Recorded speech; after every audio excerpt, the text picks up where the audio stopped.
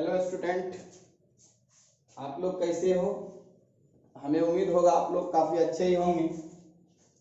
चलिए, पिछले सेशन में हम लोग वेक्टर के पार्ट 2 के ऊपर बात किए थे और इस सेशन में हम लोग वेक्टर के पार्ट 3 के ऊपर बात करेंगे, जिसमें हम लोग बात करेंगे वेक्टर के कुछ टाइप के ऊपर।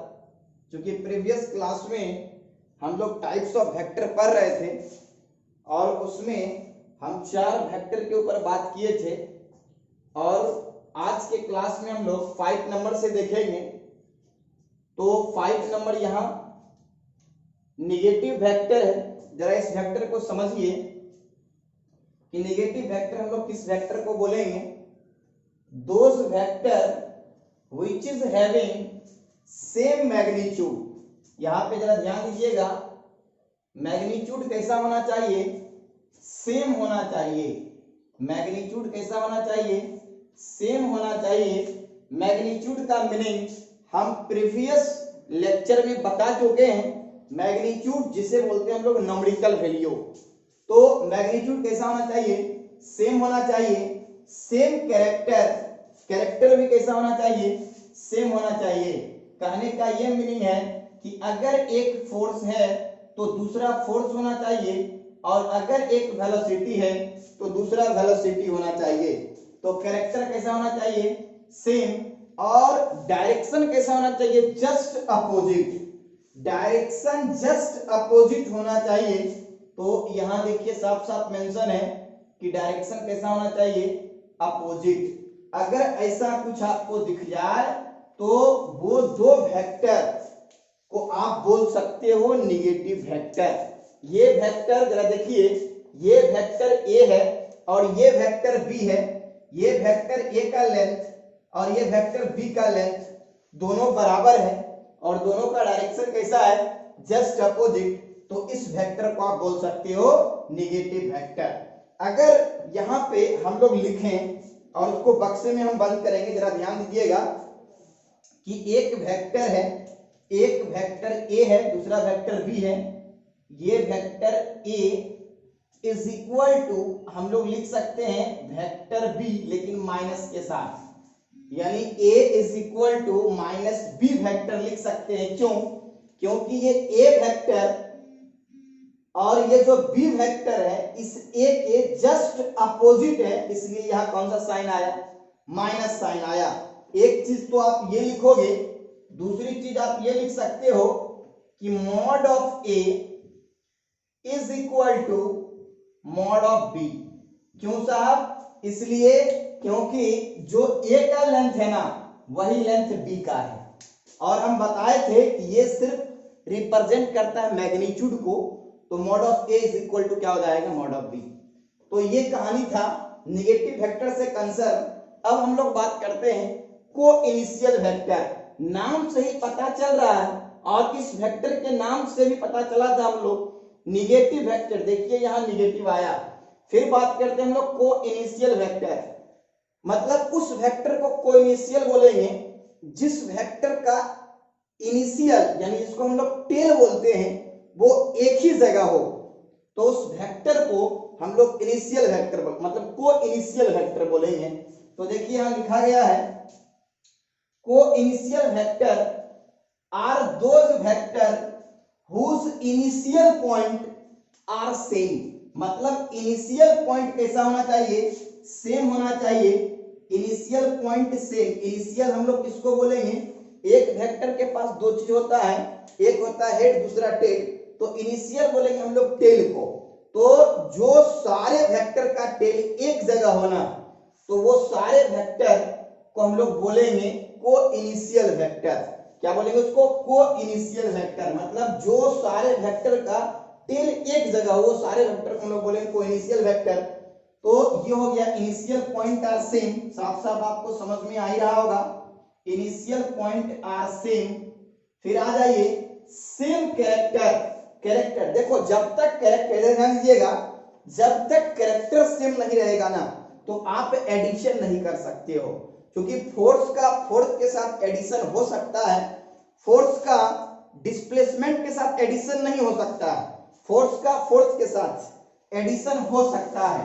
तो ये है वेक्टर ए, ये है वेक्टर बी, तो ये दोनों वेक्टर का क्या सेम होना चाहिए, बोलेंगे कैरेक्टर सेम होना चाहिए। अगर कैरेक्टर सेम रहा तो ये दोनों वेक्टर को हम लोग इजीली ऐड या सब्सट्रैक्ट कर सकते हैं। तो सेम कैसा होना चाहिए, कैरेक्टर भी कैसा होना चाहिए, सेम होना चाहिए। देखिए यहां लिखा गया है सेम कैरेक्टर एंड मे और मे नॉट सेम मैग्नीट्यूड। यहां जो मैग्नीट्यूड लिया गया वो सेम लिया गया।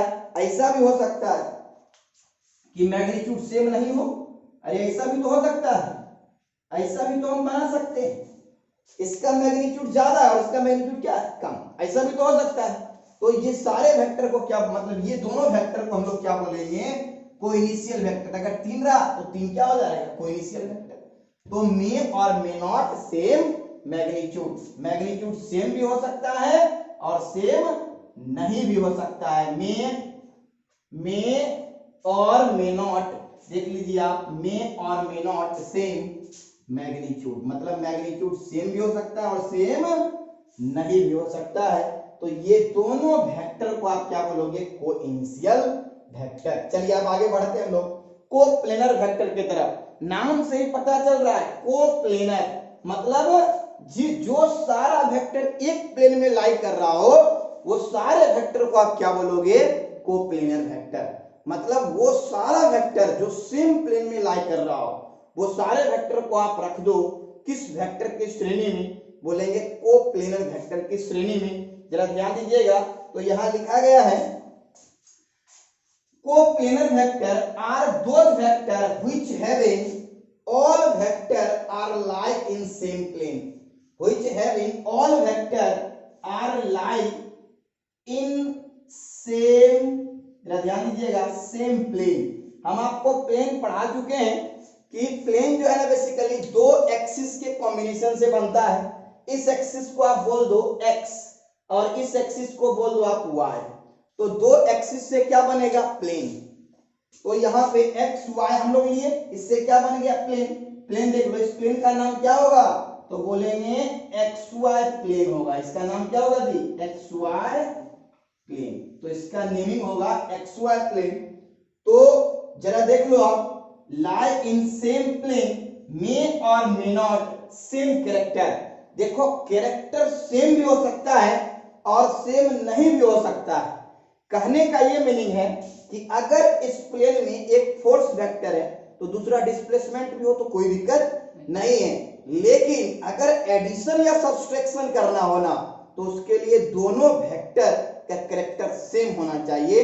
तो याद रहे कि अगर इसमें सारा वेक्टर सेम कैरेक्टर का हो तो आप वेक्टोरियली एडिशन या सब्सट्रैक्शन कर सकते हो।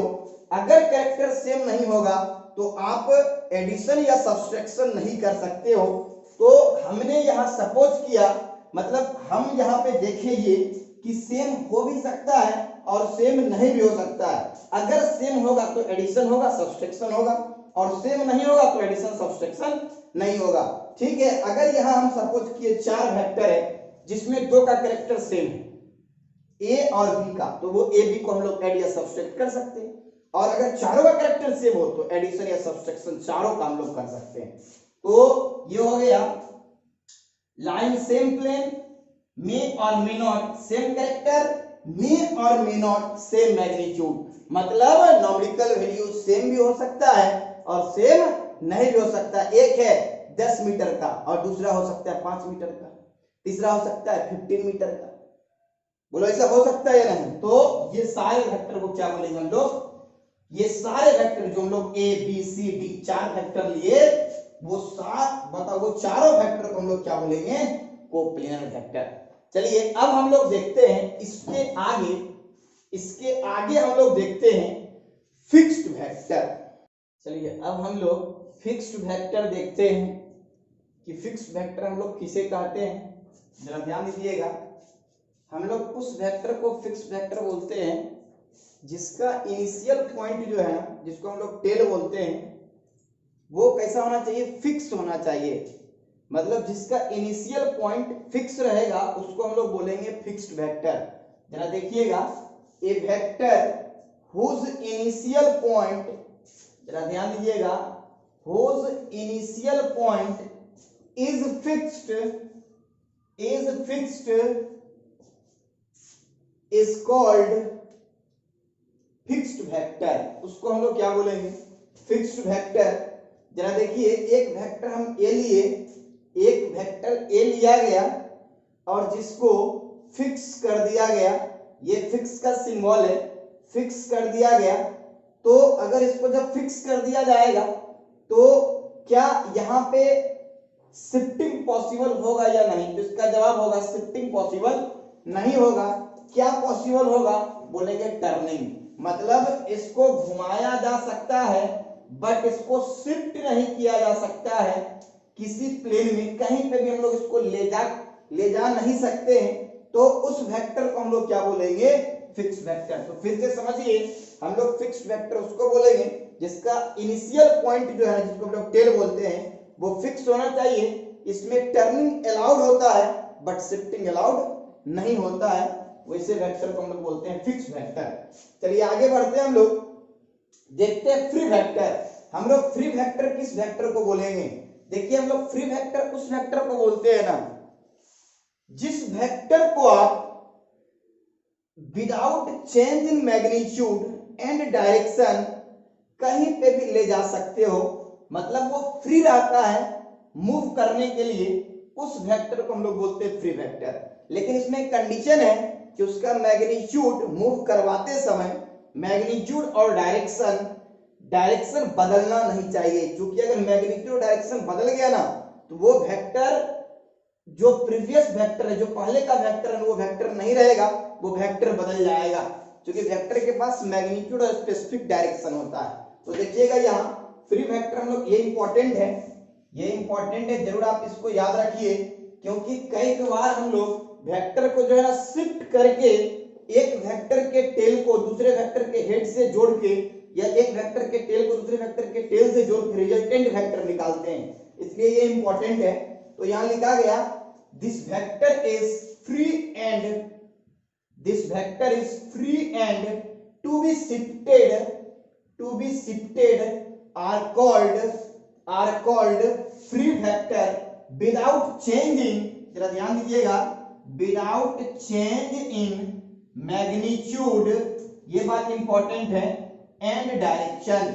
ना ही मैग्नीट्यूड चेंज होना चाहिए, ना ही डायरेक्शन चेंज होना चाहिए। मैग्नीट्यूड, ना ही मैग्नीट्यूड और ना ही डायरेक्शन चेंज होना चाहिए। जैसे देखिएगा, ये वेक्टर हमने सपोज किया कोई ए वेक्टर है जिसके पास मैग्नीट्यूड, आप देख लो ये लेंथ मैग्नीट्यूड को रिप्रेजेंट कर रहा है, इसके पास मैग्नीट्यूड है और साथ ही साथ स्पेसिफिक डायरेक्शन है। देखिए आप, इस तरफ डायरेक्शन है। अब इस वेक्टर को जो है ना हम पकड़ लिए और पकड़ के इसको शिफ्ट कराए। तो शिफ्ट कराते समय इस बात का ध्यान रखना जरूरी है कि इसके मैग्नीट्यूड और डायरेक्शन में चेंजिंग नहीं आना चाहिए। मतलब इसके लेंथ में ना ही कोई चेंजिंग होना चाहिए और साथ ही साथ ना ही इसके डायरेक्शन में कोई चेंजिंग आना चाहिए। तो देखिए, हम इस वेक्टर को शिफ्ट करके यहां ला सकते हैं। देखो, क्या मैग्नीट्यूड चेंज हुआ? नहीं हुआ। क्या डायरेक्शन चेंज हुआ? नहीं हुआ। तो इस वेक्टर को आप बोल सकते हो फ्री वेक्टर। इस वेक्टर को क्या बोल सकते हो? Free vector. लेकिन क्या ये पॉसिबल है? जरा देखिएगा, इस वेक्टर को अगर हम लाए और ऐसे रख दें, क्या ये पॉसिबल है? नहीं। क्यों? क्योंकि आप इसको जो लाए ना, मैग्नीट्यूड भी आप बदल दिए और साथ ही साथ डायरेक्शन भी बदल दिए, कुछ भी नहीं बदलना चाहिए। तो उस वेक्टर को आप बोल सकते हो कौन सा वेक्टर? Free vector. तो आप इस वेक्टर को क्या बोल दोगे कि सर ये जो वेक्टर है ना, वो कौन सा वेक्टर है? Free vector. ये आप समझ ही गए होंगे। चलिए हम आगे बढ़ते हैं। अब समझते हैं पोजीशन वेक्टर। ये वेक्टर बहुत इंपॉर्टेंट है। हम लोग पोजीशन वेक्टर किस वेक्टर को बोलेंगे? जरा ध्यान दीजिएगा, दोज वेक्टर, मतलब वैसे वेक्टर को हम लोग पोजीशन वेक्टर बोलते हैं ना जो बेसिकली किसी पॉइंट के पोजीशन को डिटरमाइन करता है। किसी भी पॉइंट के पोजीशन को डिटरमाइन करने का काम करता है, किसी भी पार्टिकुलर पॉइंट के पोजीशन को डिटरमाइन करने का काम करता है, उस वेक्टर को हम लोग बोलते हैं पोजीशन वेक्टर।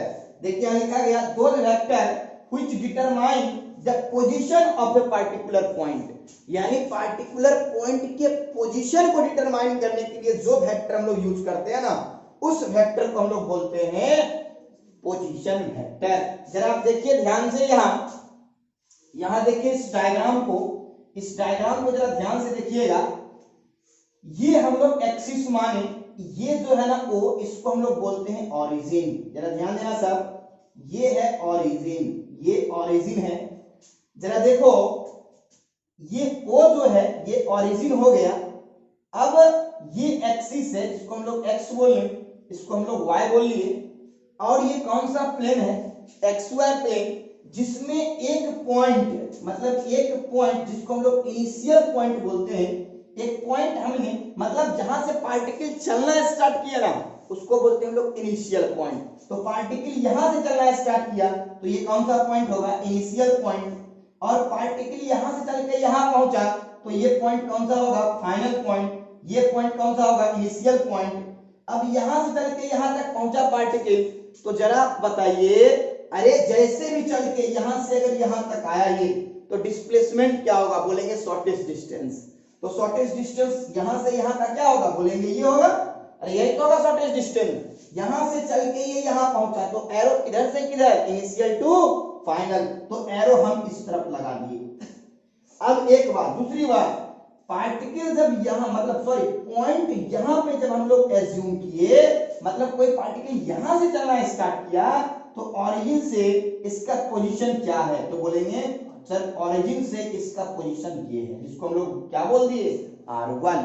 सर ओरिजिन से फाइनल पॉइंट का पोजीशन क्या है, बोलेंगे सर ये वाला है, ये ओरिजिन से ये है फाइनल पॉइंट का पोजीशन। और फाइनल पॉइंट के पोजीशन को अगर डिटरमाइन करना हो तो कुछ नहीं, ओरिजिन से इसको आप मिला दो और एरो उस तरफ रखो, ओरिजिन से अवे। तो हम लोग ओरिजिन से अवे यहां एरो रखे, ओरिजिन से ये ओरिजिन है, इससे अवे ये एरो रखे, फिर डिस्प्लेसमेंट यहां से यहां तक हुआ।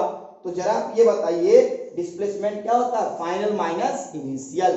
तो देखो आप यहां लिखे डेल्टा आर, ये डेल्टा आर क्या है जी, डिस्प्लेसमेंट। यहां से यहां तक आया तो डिस्प्लेसमेंट क्या होगा, फाइनल माइनस इनिशियल, तो ये हो गया डिस्प्लेसमेंट।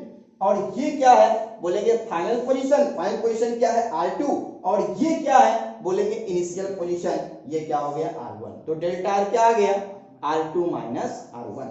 तो यहां से अगर हम ये लिखें, अगर हम यहां से एक चीज और लिखें कि R2 इज इक्वल टू क्या होगा, R2 इज इक्वल टू क्या होगा, तो लिख सकते हैं, जरा ध्यान दीजिएगा, R2 इज इक्वल टू क्या होगा, R1 प्लस डेल्टा आर। क्या ये लिख सकते हैं या नहीं, बोलेंगे हाँ सर इसको भी लिखा जा सकता है।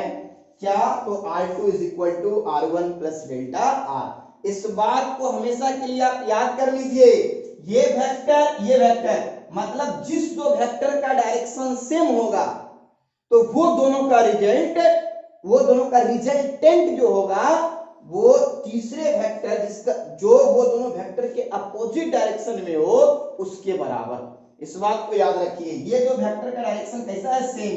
अब कोई बोलेगा सेम कैसे है सर, तो सेम हम लोग क्लॉक और एंटी क्लॉकवाइज यहां देखते हैं। तो ये दोनों वेक्टर का डायरेक्शन किस टाइप का है सर, देखो आप क्लॉक या एंटी क्लॉकवाइज, बोलेंगे क्लॉकवाइज। और इसका डायरेक्शन किधर है, एंटी क्लॉकवाइज।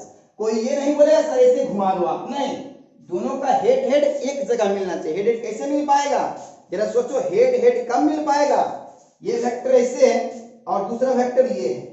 अब दोनों का हेड कब मिल पाएगा, जब ये इधर आएगा और मतलब ये क्लॉकवाइज घूमेगा, ये एंटी क्लॉकवाइज, तभी तो मिल पाएगा। अरे दोनों का हेड कब मिल पाएगा, जब ये क्लॉकवाइज घूमे और ये एंटी क्लॉकवाइज घूमे, तभी तो मिल पाएगा। तो एक जो दो वेक्टर सेम डायरेक्शन में मूव कर रहा और तीसरे उससे जो अपोजिट हो, वो दोनों वेक्टर जो सेम डायरेक्शन में मूव कर रहा, वो दोनों का रिजल्टेंट क्या होगा, बोलेंगे सर वो तीसरा वेक्टर जो उसके अपोजिट होगा। इस बात को हमेशा के लिए आप याद रख लो, R2 is equal to R1 plus delta r. तो ये वेक्टर को हम लोग क्या बोलेंगे, पोजीशन वेक्टर। तो बेसिकली पोजीशन वेक्टर किसको बोलेंगे सर, उस वेक्टर को एक लाइन में, उस वेक्टर को हम लोग पोजीशन वेक्टर बोलते हैं जो किसी पार्टिकुलर पॉइंट के पोजीशन को डिटरमाइन करने के लिए यूज किया जाता है। तो वो हो गया पोजीशन वेक्टर। ये पॉइंट है, दूसरा ये पॉइंट है, ऑरिजिन से इसको जोड़ दिए तो ये हो गया R1, ऑरिजिन से इस पॉइंट को जोड़ दिए तो ये R2। तो R1 R2 क्या है? Position vector. एक बात। दूसरी बात कि सर डिस्प्लेसमेंट वेक्टर हम लोग किसको बोलेंगे? हम लोग डिस्प्लेसमेंट वेक्टर दो पोजीशन वेक्टर के डिफरेंस को हम लोग क्या बोलते हैं? Displacement vector.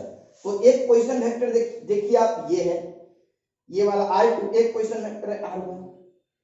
तो डिस्प्लेसमेंट देखो डेल्टा R, डेल्टा R क्या हो जाएगा? R2 minus R1। तो ये डेल्टा R क्या है? बोलेंगे डिस्प्लेसमेंट वेक्टर, और R1 R2 क्या है? Position vector. तो ये क्लियर हो गया होगा। तो वही लिखा गया, the difference between two position vector is called displacement vector. तो डिस्प्लेसमेंट वेक्टर भी क्लियर है, पोजीशन वेक्टर भी क्लियर है, फ्री वेक्टर भी क्लियर है, और साथ ही साथ फिक्स्ड वेक्टर भी क्लियर है। तो ये वेक्टर का कुछ टाइप था जिसके बारे में हम लोग डिस्कशन कर लिए। अगर ये इसमें से कोई सा वेक्टर अगर आप नहीं समझे तो बिल्कुल आप इस नंबर पे कॉल करोगे तो आपको समझाया जाएगा।